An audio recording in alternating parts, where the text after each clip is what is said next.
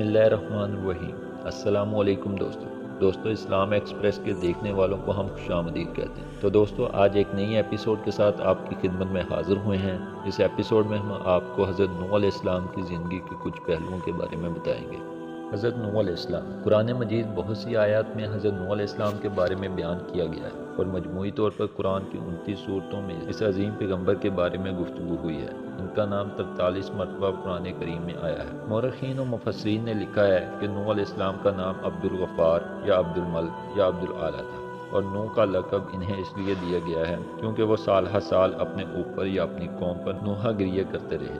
آپ کے والد کا نام لمک یا لامک۔ نوح علیہ السلام اللہ تعالیٰ کے پیغمبر تھے۔ آپ نے تقریباً 950 سال تک لوگوں کو اللہ کی طرف بلایا، مگر آپ کی قوم کا جواب یہ تھا کہ آپ بھی ہماری طرح عام آدمی۔ اگر اللہ کسی کو بطور رسول بھیجتا تو وہ فرشتہ ہوتا۔ صرف 80 لوگوں نے ان کا دین قبول کیا۔ نوح علیہ السلام تمام رسولوں میں سب سے پہلے رسول تھے جنہیں زمین میں مبعوث کیا گیا تھا۔ نوح علیہ السلام نے ان کے عذاب کی بد دعا فرمائی، جس کے نتیجے میں ان پر سیلاب کا عذاب نازل ہوا۔ اللہ تعالیٰ نے آپ کی قوم پر عذاب بھیجا اور آپ کو ایک کشتی بنانے اور اس میں اہل ایمان کو اور ہر چرند کے ایک جوڑے کو رکھنے کو کہا۔ تب طوفان کی شکل میں عذاب آیا اور سب لوگ سوائے ان کے جو حضرت نوح علیہ السلام کی بنائی ہوئی کشتی میں سوار تھے ہلاک ہو گئے۔ حالات زندگی۔ حضرت آدم علیہ السلام کے دنیا میں آنے کے بعد ان کی اولاد دنیا میں خوب پھلی پھولی، لیکن ایک مدت گزر جانے کے بعد وہ لوگ خدا کو بھول چکے تھے اور ایک خدا کی بجائے انہوں نے مٹی اور پتھر کے کئی خدا بنا لیے تھے۔ نہ صرف ان کی عبادت گاہیں بتوں سے بڑی پڑی تھیں،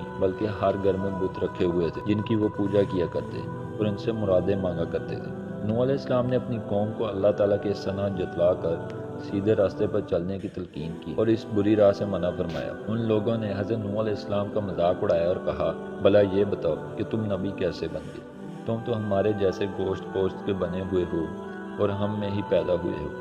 تم میں ایسی کون سی چیز ہے جس سے ہم تمہیں نبی سمجھیں؟ اور اگر خدا کو نبی ہی بھیجنا تھا تو وہ کسی فرشتے کو نبی بنا کر بھیج دیتا۔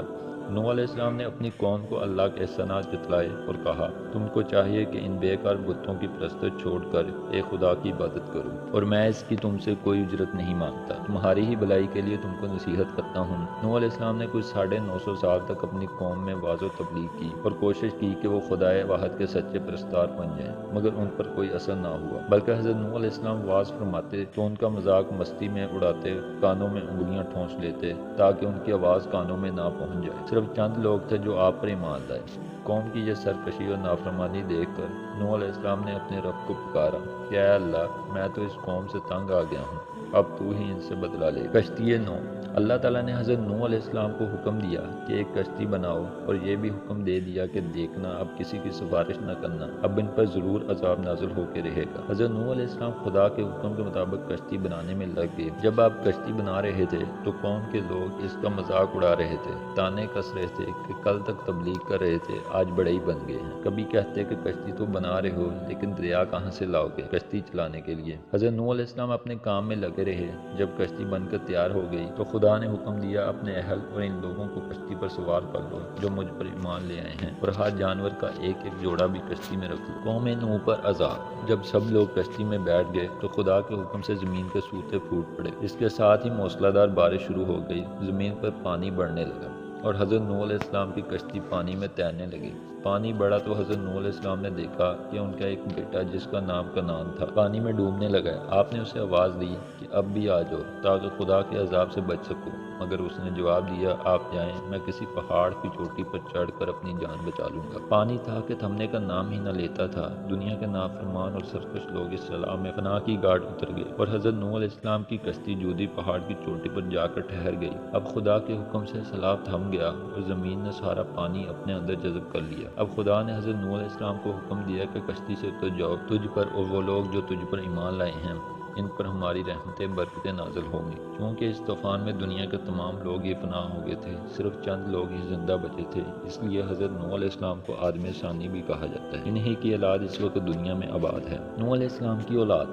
نوح علیہ السلام کے 3 بیٹے طوفان میں بچ گئے تھے کیونکہ وہ مسلمان تھے، حام، سام، یافس۔ مورخین کا نظریہ یہ ہے کہ کرۂ زمین کے اس وقت کی تمام نسل انسانی کی بازگشت انہی تینوں فرزندوں کی طرف ہے۔ ایک گروہ حامی نسل ہے جو افریقہ کے علاقہ میں رہتا ہے، دوسرا گروہ سامی نسل ہے جو شرق اوسط اور مشرق قریب کے علاقوں میں رہتے ہیں، اور یافس کی نسل کو چین میں آباد سمجھتے ہیں۔ مزار نو آذربائیجان میں موجود ایک مزار ہے جس کے متعلق آذربائیجان میں مشہور ہے کہ یہ حضرت نوح علیہ السلام کی قبر ہے۔ اگرچہ قبر نوح کے مقام کے متعلق کئی روایتیں ہیں۔ طوفان نوح تمام کرۂ ارض پہ آیا تھا یا خاص خطے پر؟ قدیم ماہرین فلکیات کے مطابق یہ طوفان تمام کرۂ ارض پر نہیں آیا تھا بلکہ ایک خاص خطہ تک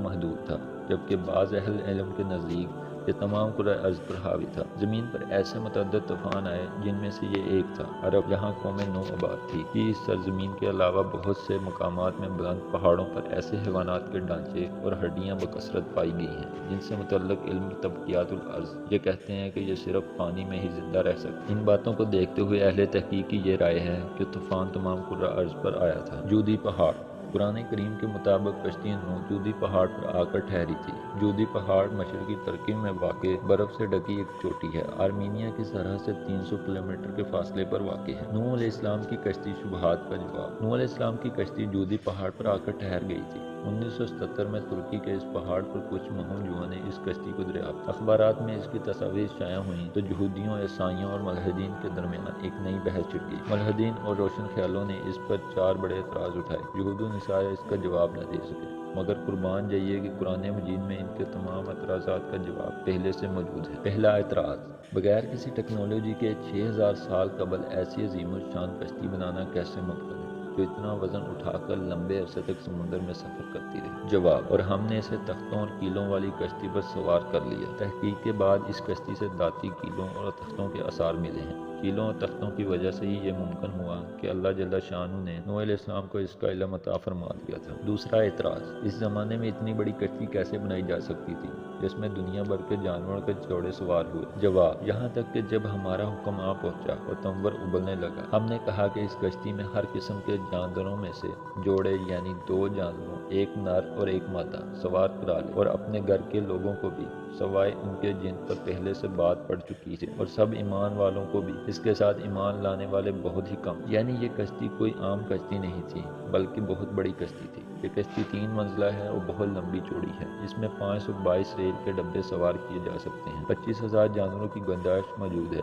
اس لیے اتنے جانوروں کا سما جانا بالکل درست ہے۔ تیسرا اعتراض، اتنی بڑی کشتی اتنے عظیم طوفان میں بغیر لنگر کے کیسے تیر سکتی؟ جواب، نوح علیہ السلام نے کہا اس کشتی میں بیٹھ جاؤ، اللہ ہی کے نام سے اس کا چلنا اور ٹھہرنا ہے، یقیناً میرا رب بڑی بخشش اور بڑا رحم والا ہے۔ حیرت انگیز طور پر جس پہاڑ پر یہ کشتی ٹھہری ہے، اس کے نیچے وادی میں چٹانوں کے نیچے بڑے بڑے لنگر دریافت ہوئے ہیں، وہ اسی کشتی کے لنگر ہیں۔ چوتھا اعتراض، ایک لکڑی کی کشتی اتنے لمبے عرصے تک ایک پہاڑ کی چوٹی پر کیسے باقی رہی؟ جواب، اور ہم نے اسے اہل دنیا کے لیے اپنی قدرت کی نشانی بنایا ہے، تو ہے کوئی نصیحت حاصل کرنے والا؟ حالیہ تحقیق سے پتہ چلتا ہے کہ اس پورے پہاڑی سلسلے میں صرف اس پہاڑ کی چوٹی پر برف ہے جہاں یہ کشتی ہے، برف کی وجہ سے یہ کشتی محفوظ رہی۔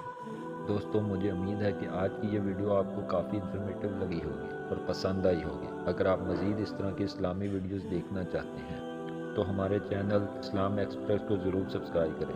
چینل کو سبسکرائب کرنے کے بعد بیل کے آئیکن پر بھی ضرور کلک کریں تاکہ اس طرح کی ہر نئی آنے والی ویڈیو کا نوٹیفیکیشن آپ کو سب سے پہلے مل سکے۔ آپ اپنی رائے کا اظہار کمنٹس میں بھی کر سکتے ہیں۔ میرا نام ہے محمد اویس اور آپ دیکھ رہے ہیں اسلام ایکسپریس۔ میں ملوں گا آپ سے ایک نئی انٹرسٹنگ ویڈیو میں، تب تک کے لیے اپنا بہت سا خیال رکھیے گا۔ Thanks for watching this video. اللہ حافظ۔